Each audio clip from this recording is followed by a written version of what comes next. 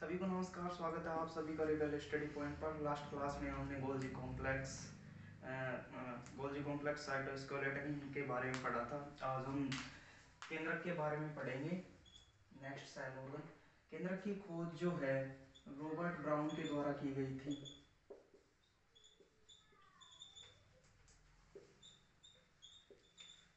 ठीक है, केंद्रक की खोज रॉबर्ट ब्राउन के द्वारा की गई थी। अलग अलग कोशिकाओं में इनकी संख्या अलग अलग होती है। अगर इस संख्या में एक हो तो यूनिन्यूक्लिएटेड कोशिका कहलाती है, जो कि बहुत सारी अधिकांश जो कोशिकाएं हैं जिनमें एक ही केंद्रक पाया जाता है यूनिन्यूक्लिएटेड होती हैं अधिकांश सेल्स।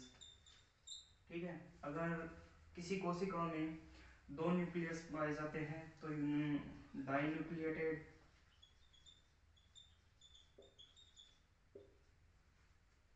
वे होती हैं पैरामीशियम।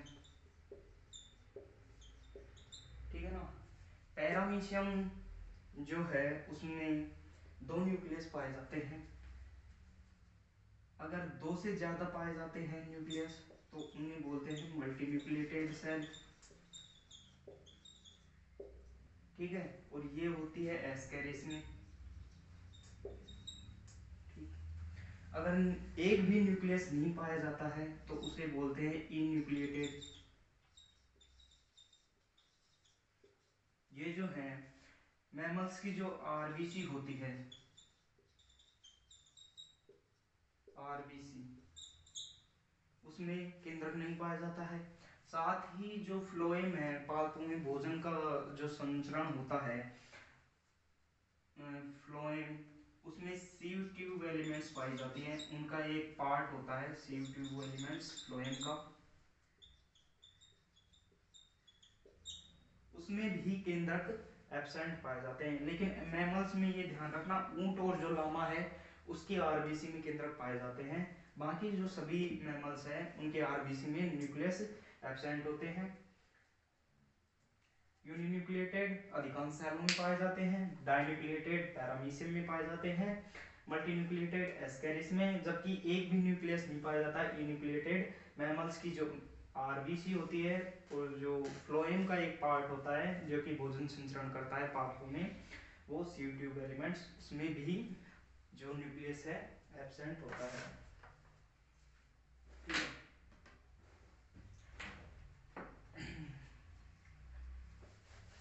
अब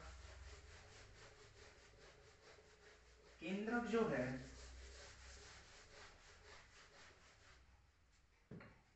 कोशिका के जो कार्य है उनको कंट्रोल करता है, इसलिए इसको कंट्रोलर ऑफ सेल या फिर डायरेक्टर ऑफ सेल कहते हैं। ठीक है ना, इसकी जब हम स्ट्रक्चर देखते हैं तो इसके जो मेन पार्ट हैं वो देखिए। सबसे पहले दोहरी झिल्ली युक्त आवरण होती है न्यूक्लियर मेम्ब्रेन। एक अंदर जीव द्रव भरा सघन सघन द्रव भरा रहता है जिसे न्यूक्लियोप्लाज्म कहते हैं। एक अनुवांशिक पदार्थ पाए जाते हैं जिसको बोलते हैं क्रोमेटिन। साथ में न्यूक्लियोलस केंद्रिका पाई जाती है जो कि झिल्ली रहित होती है। ठीक है, न्यूक्लियर मेम्ब्रेन जो कि केंद्रक के बाहर चारों ओर पाया जाता है, न्यूक्लियोप्लाज्म द्रव जो अंदर भरा होता है मेम्ब्रेन के अंदर की तरफ, क्रोमेटिन जालनुमा जो स्ट्रक्चर होती है उसको क्रोमेटिन अनुवांशिक पदार्थ होता है, एक केंद्रिका होती है जो झिल्ली रहित होती है और डेंस स्ट्रक्चर होती है। इसके अब हम स्ट्रक्चर देखते हैं और अलग अलग पार्ट को एक बार देखते हैं।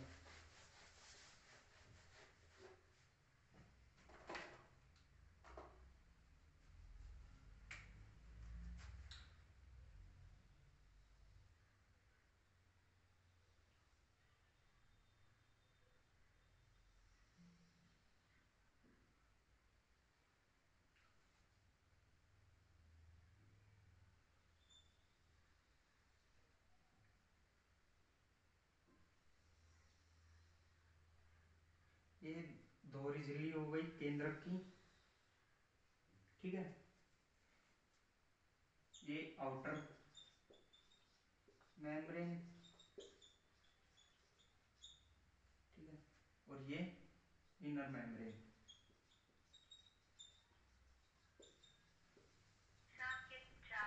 और ये जो दोनों के बीच में स्पेस है, ये इसको बोलते हैं पेरीन्यूक्लियर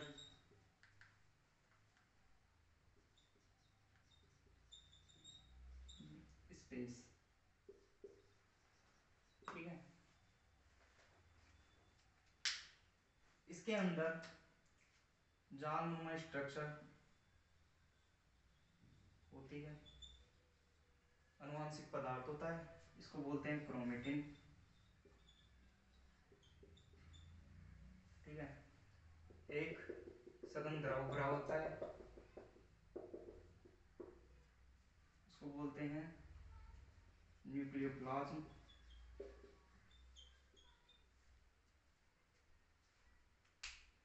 साथ ही इसमें जब बाहर की मेम्ब्रेन और अंदर की मेम्ब्रेन एक जगह जॉइंट हो जाती हैं तो कुछ एक पोर्स बनते हैं।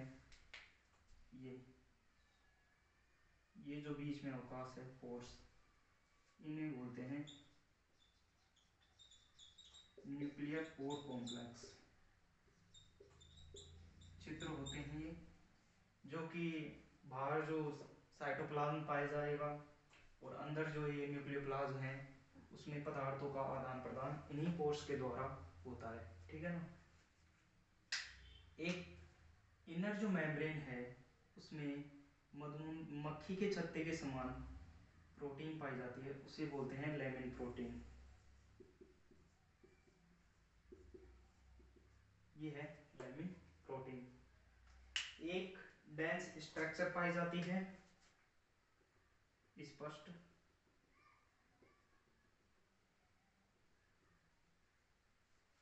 जो कि झिल्ली रहित होती है, इसे बोलते हैं न्यूक्लियोलस केंद्रिका, ठीक है ना।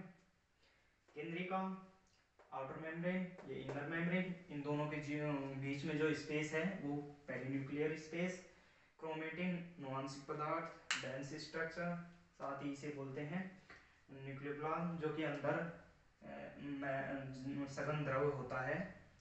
साथ ही इनके मध्य छिद्र पाए जाते हैं, जो कि बाहर की तरफ साइटोप्लाज्म पाया जाएगा और न्यूक्लियोप्लाज्म उनमें पदार्थों का आदान प्रदान, जैसे कि राइबोसोम आते जाते हैं, प्रोटीन्स आती जाती रहती है, उनका जो संचरण है इन पोर्स के द्वारा होता है। मधुमक्खी के छत्ते के समान अंदर की तरफ एक ये स्ट्रक्चर पाई जाती है जिसे लेमिन प्रोटीन कहते हैं।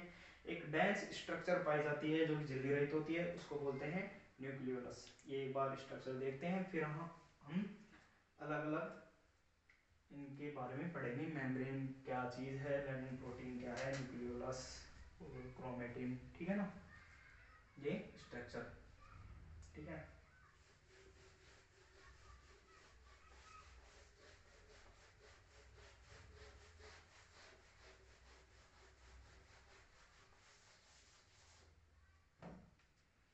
अभी हमने मेम्ब्रेन पढ़ा था,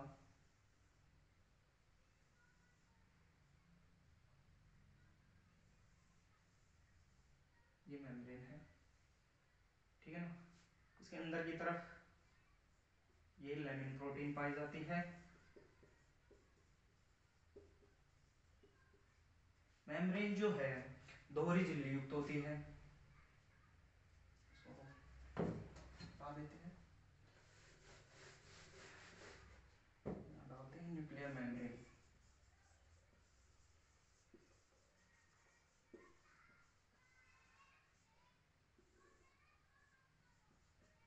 न्यूक्लियर मेम्ब्रेन दोहरी झिल्ली युक्त होती है,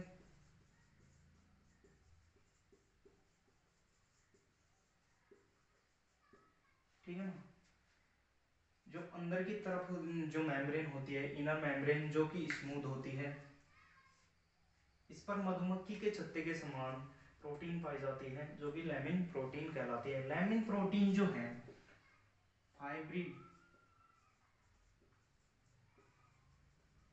लेमिना बनाती है, लेमिन प्रोटीन फाइब्रिल लैमिना बनाती है। अब फाइब्रिल लैमिना क्या कार्य करता है, ये जालनुमा स्ट्रक्चर होती है।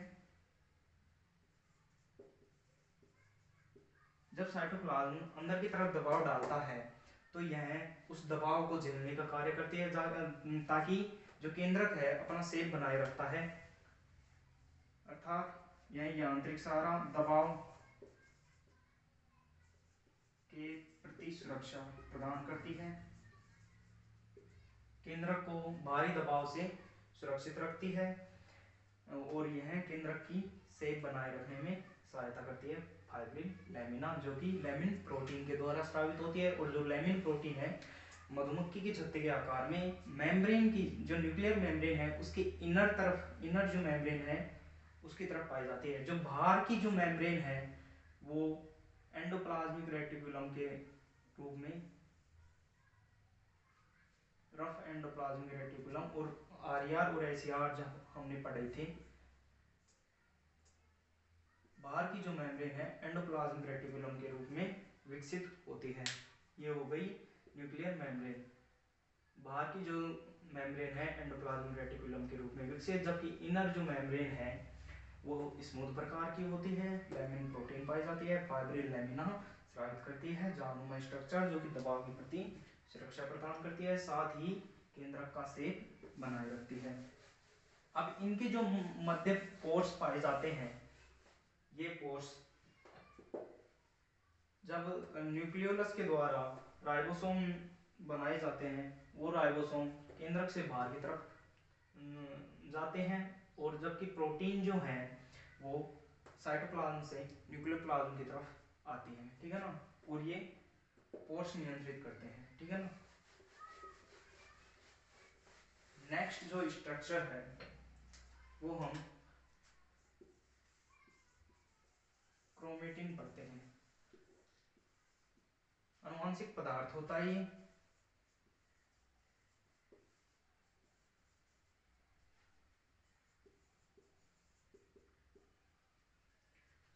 अनुवांशिक पदार्थ होता है। इसकी जो स्ट्रक्चर है इंटरफेज अवस्था, इंटरफेज में यह जालनुमा स्ट्रक्चर के रूप में होता है, ठीक है ना। इंटरफेज अवस्था में जालनुमा स्ट्रक्चर न्यूक्लियोप्लाज्म में बिखरा हुआ होता है, जिसे क्रोमेटिन कहते हैं। अब इसको जो ये नाम है फ्लेमिंग के द्वारा दिया गया था, क्रोमेटिन जो नाम है फ्लेमिंग के द्वारा दिया गया था। अब इसको जब हम अभिरंजित करते हैं, इसको कलर देते हैं, तो यह दो प्रकार में पाया जाता है, एक तो यूक्रोमेटिन और एक हेटेरोक्रोमेटिन। अभिरंजन के पश्चात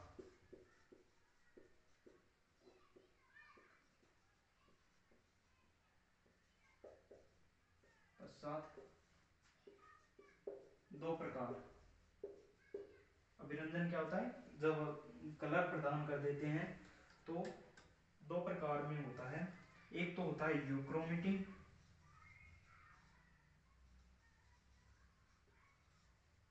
और एक होता है हेटेरोक्रोमेटिन।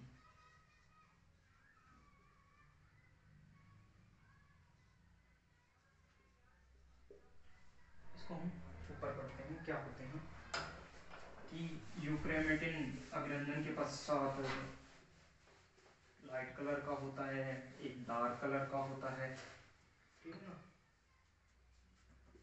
हेटेरोक्रोमेटिन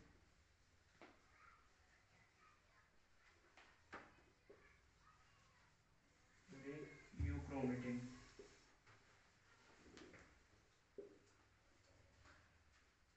जब इसको क्रोमेटिन पदार्थ को जब हम अभिरंजित करते हैं तो जो डार्क कलर का होता है, डार्क रूप से अभिरंजित होता है, उसको बोलते हैं हेटेरोक्रोमेटिन। यह परिधि की तरफ पाया जाता है, बेसिकली परिधि की तरफ होता है, साथ ही जेनेटिकली अनुवांशिकतः कम वो होता है, एक्टिव होता है, जेनेटिकली लेस एक्टिव, ठीक है। अभिरंजन के पश्चात जब लाइट कलर युक्त होता है लाइट कलर अर्थात यह जो होता है केंद्र की तरफ पाया जाता है, साथ ही परिधि की तरफ न होकर केंद्र की तरफ पाया जाता है, जबकि जेनेटिकली मोर एक्टिव होता है। ठीक है, और साथ ही यह mRNA का सिंथेसिस में सहायता करता है, जबकि यह tRNA के, ये इसके दो प्रकार हो गए क्रोमेटिन के, हेटेरोक्रोमेटिन और यूक्रोमेटिन।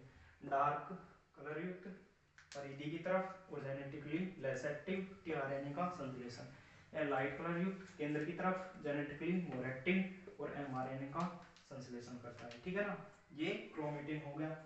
नेक्स्ट जो न्यूक्लियस का पार्ट है, एक इसका कार्य और देखते हैं कि इसका कार्य क्या है।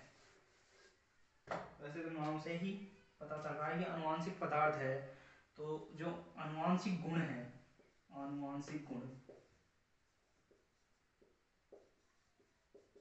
उनको एक पीढ़ी से दूसरी पीढ़ी में जो संचरण का कार्य है वो क्रोमेटिन का कार्य है। ठीक है ना, साथ ही उद्विकास की जो प्रक्रिया है, इवोल्यूशन की प्रक्रिया, वो भी क्रोमेटिन के द्वारा ही संचालित होती है। जैसे बंदर से मानव जो बनने की प्रक्रिया है वो उद्विकास कहलाती है। ठीक है ना, नेक्स्ट जो है वो है न्यूक्लियोप्लाज्म।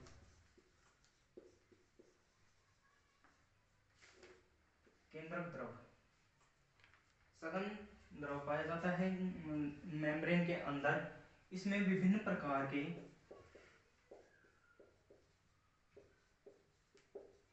डीएनए रेप्लिकेशन से संबंधित एंजाइम पाए जाते हैं।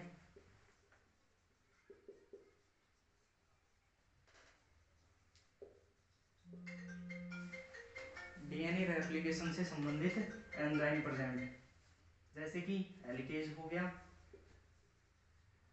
डीएनए पॉलीमरेज हो गया, आरएनए पॉलीमरेज,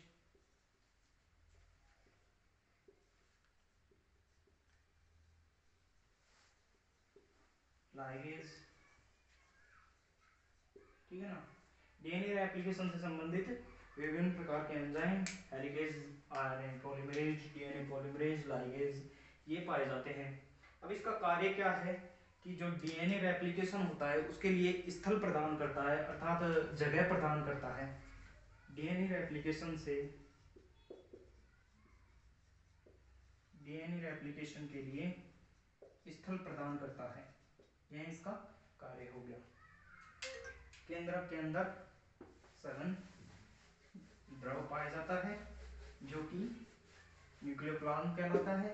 इसमें विभिन्न प्रकार के डीएनए रेप्लिकेशन से संबंधित एंजाइम पाए जाते हैं। For example DNA polymerase, DNA RNA polymerase, ligase, helicase. ठीक है, नेक्स्ट जो है वो है न्यूक्लियोलस।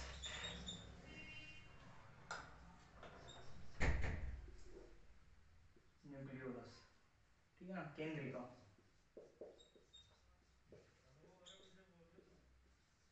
अब केंद्रिका झिल्ली रहित आवरण होता है।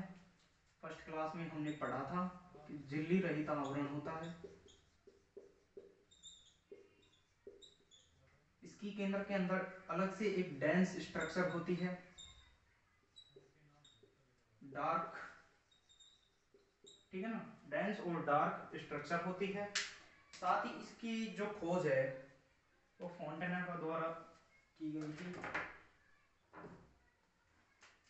खोज फोंटेना का द्वारा, और जो इसका नाम है न्यूक्लियोलस, न्यूक्लियोलस नाम वो बोमेन के द्वारा दिया गया था।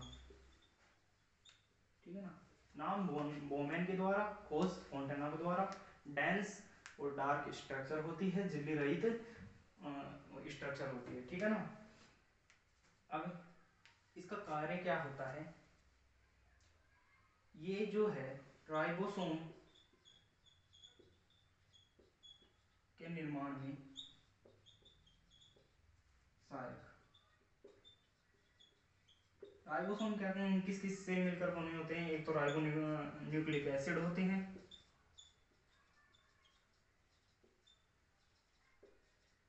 Plus protein. इन दोनों का जो संश्लेषण है वो न्यूक्लियोलस के द्वारा होता है। न्यूक्लियस खुद राइबोन्यूक्लिक एसिड और प्रोटीन साथ में डीएनए की बनी हुई होती है, जो कि राइबोसोम का निर्माण करती है। इसलिए इसे जो है राइबोसोमल फैक्ट्री भी कहते हैं, राइबोसोमल फैक्ट्री। ठीक है ना, ये इसका कार्य हो गया। अब केंद्रक के हम मेन कार्य देख लेते हैं ऑल ओवर, जो क्या क्या काम आते हैं। पहला का हो गया सेल मेम्ब्रेन के कार्य के रूप में देख लेते हैं कि साइटोप्लाज्म से न्यूक्लियोप्लाज्म में पदार्थों का आदान प्रदान। न्यूक्लियोलस का कार्य होता है राइबोसोम का निर्माण करना, ठीक है ना। क्रोमेटिन का कार्य होता है अनुवांशिक पदार्थों का संचरण, उनके विकास की प्रक्रिया, इवोल्यूशन की प्रक्रिया, ठीक है ना। और जो आरएनए स्थल है, जो न्यूक्लियोप्लाज्म है, डीएनए रेप्लिकेशन के लिए स्थल प्रदान करता है। ये इसके मेन कार्य हो गए। साथ ही यह कोशिका के जो मेन कार्य है उनको कंट्रोल करता है, कंट्रोलर ऑफ सेल या डायरेक्टर ऑफ सेल कहलाता है। आज की क्लास से यही समाप्त होती है। सेल हमारी कंप्लीट हो गई है। नेक्स्ट क्लास में हम सेल डिवीजन के विभिन्न फेजेस पढ़ेंगे। धन्यवाद।